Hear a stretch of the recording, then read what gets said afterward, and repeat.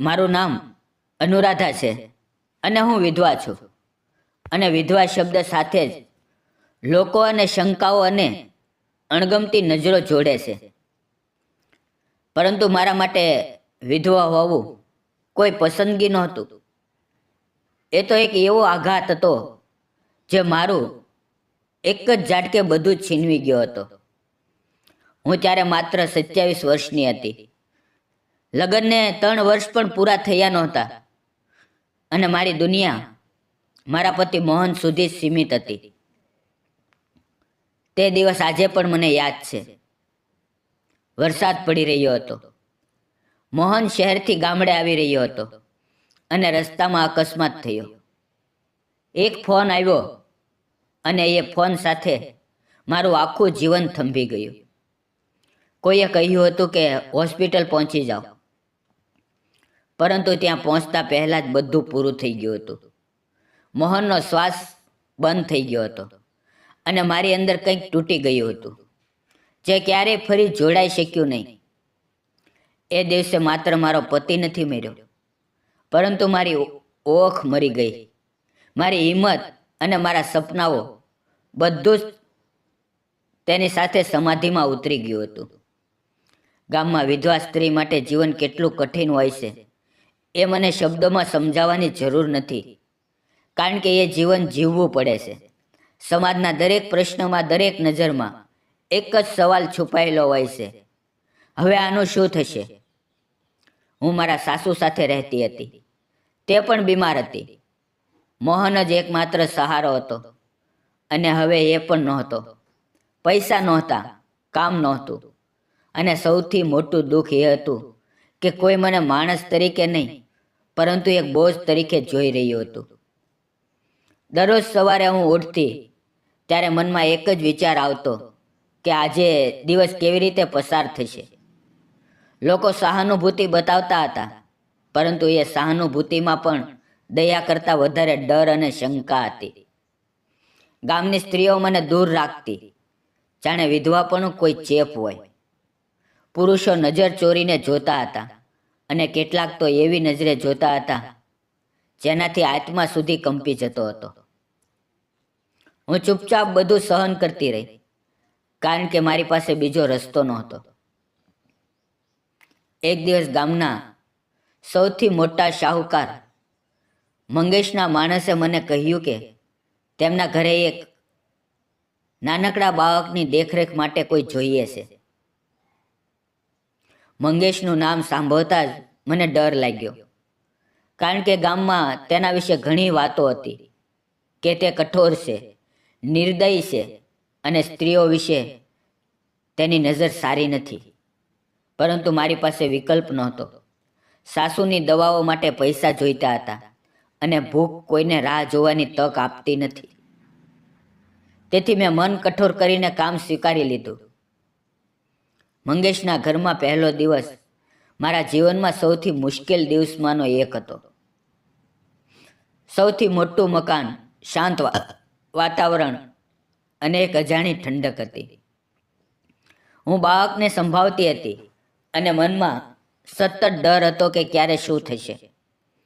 પરંતુ દિવસો પસાર થતા ગયા અને ધીમે ધીમે મને સમજાઈ ગયું કે મંગેશ એટલો ખરાબ નથી જેટલો લોકો કહે છે. તે ઓછું બોલતો હતો, પરંતુ જ્યારે પણ બોલતો ત્યારે સ્પષ્ટ અને સીધું બોલતો. બાળક સાથે તેનું વર્તન નરમ હતું અને મારા પ્રત્યે પણ તેણે ક્યારેય અણઉચિત વાત નથી કરી. પણ એક દિવસ મંગેશે મને પૂછ્યું, અનુરાધા, તું કેટલી શાંત કેમ રહે છે? ત્યારે મેં હળવી રીતે કહ્યું કે જીવન મને શાંત રહેવા મજબૂર કરે છે. એ દિવસે મેં પહેલી વખત તેની આંખોમાં સંવેદના જોઈ હતી. દયા નહીં, પરંતુ સમજ. ધીરે ધીરે વાતો વધતી ગઈ હતી. મારી ભૂતકાળની પીડા, મારી એકલતા અને સમાજના ઘા મેં પહેલી વખત કોઈને કહી હતા. અને એ મંગેશ હતો, જેનો ડર મને ક્યારેક ગળું દબાવી દેતો હતો. પરંતુ હવે એ ડર ધીમે ધીમે વિશ્વાસમાં બદલાઈ રહ્યો હતો. અને વિશ્વાસ એ એક એવી ચીજ છે જે તૂટેલા માણસને ફરી જીવતો કરે છે. એક સાંજે તેણે મને કહ્યું કે અનુરાધા, તું ફક્ત કામદાર નથી, તું એક માણસ છે અને તને ખુશ રહેવાનો હક છે. એ વાક્ય સાંભળીને મારી આંખોમાંથી આંસુ વહી ગયા. કારણ કે વર્ષો પછી કોઈએ મને એ યાદ અપાવ્યું હતું કે હું પણ ખુશ રહી શકું છું. એ દિવસથી મારા જીવનમાં એક નવો રંગ આવવા લાગ્યો હતો. હું જાણતી હતી કે સમાજ આ બધું સહેલાથી સ્વીકારશે નહીં. એક વિધવા સ્ત્રી અને એક શાહુકાર વચ્ચેનો સંબંધ લોકો માટે ગોપીશ હતો. મંગેશે ક્યારેય મારી મર્યાદા તોડી નહીં, ક્યારેય દબાણ કર્યું નહીં, અને કદાચ એ જ કારણે હું ફરી પ્રેમ પર વિશ્વાસ કરવા લાગી હતી. મારા મનમાં સતત સંઘર્ષ ચાલતો હતો કે શું મને ખુશ થવાનો અધિકાર છે? શું મોહનની યાદને ધોકો આપું છું? પરંતુ પછી સમજાયું કે મોહન જો આજે હોત તો કદાચ એ પણ મને તૂટેલી જોઈને દુઃખી થાત. આ રીતે ધીમે ધીમે મારી જિંદગી અંધકારમાંથી પ્રકાશ તરફ આગળ વધી રહી હતી. મારી અંદર બદલાવ આવી રહ્યો હતો. એ બદલાવ મને જ ડરાવતો હતો, કારણ કે વર્ષો પછી કોઈના માટે મન ધબકતું હતું અને એ ધબકારામાં અપરાધ બોધ પણ હતો. સમાજ શું કહેશે, લોકો શું બોલશે, એ બધું મને રાતે ઊંઘવા દેતું નહોતું.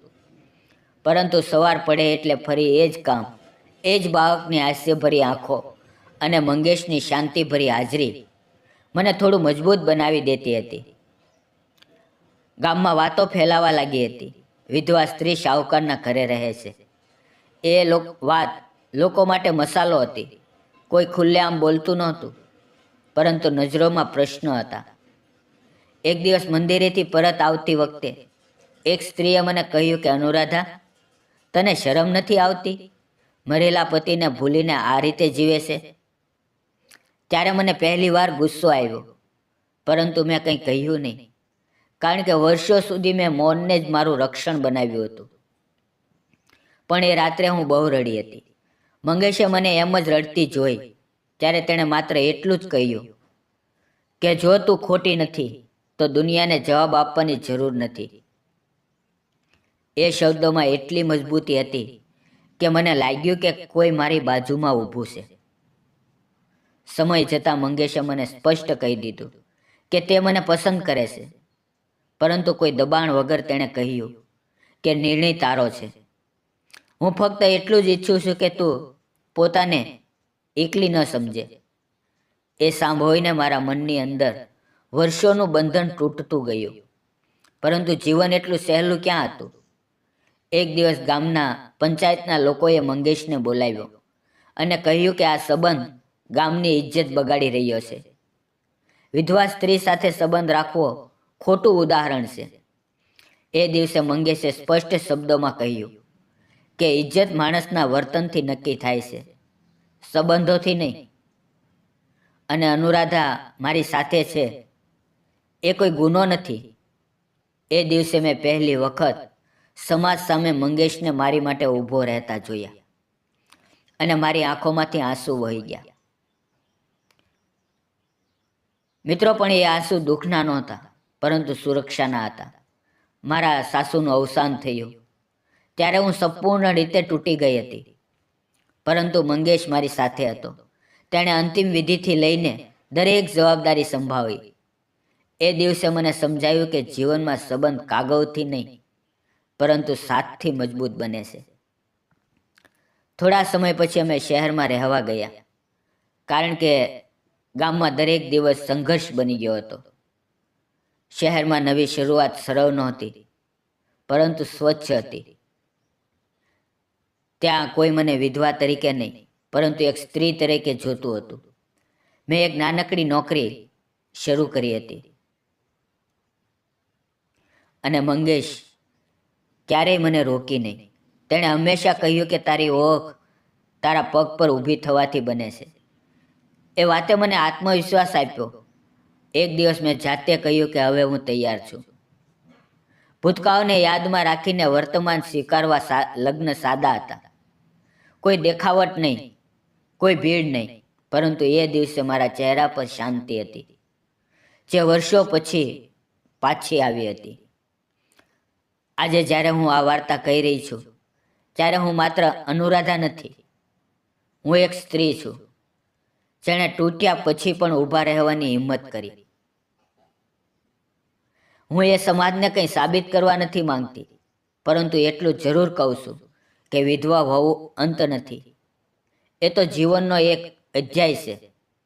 દરેક સ્ત્રીને ફરી પ્રેમ કરવાનો, ફરી ખુશ થવાનો અને સન્માનથી જીવવાનો અધિકાર છે. ભૂતકાળ આપણું સત્ય છે, પરંતુ ભવિષ્ય આપણો અધિકાર છે. જો મારી વાર્તા કોઈ એક દિલને પણ આશા આપે, તો સમજજો કે મારી પીડા વ્યર્થ નથી. મિત્રો, વિડીયો પસંદ આવ્યો તો વિડીયોને લાઈક, ચેનલને સબસ્ક્રાઈબ કરવાનું ન ભૂલતા. ફરી મળશું આપણે એક નવા વિડીયોની અંદર. ત્યાં સુધી આવજો. અને હા મિત્રો, વાર્તામાં આવેલા નામ, પાત્ર અને ઘટના ફક્ત કાલ્પનિક હતા. તેનો કોઈ પણ વ્યક્તિ, જાતિ, ધર્મ કે સમાજ સાથે કોઈ સંબંધ નથી. આ વાર્તા ફક્ત શૈક્ષણિક અને મનોરંજન હેતુથી બનાવવામાં આવેલી હતી. તેને અન્યથા ન જોશો. ધન્યવાદ મિત્રો.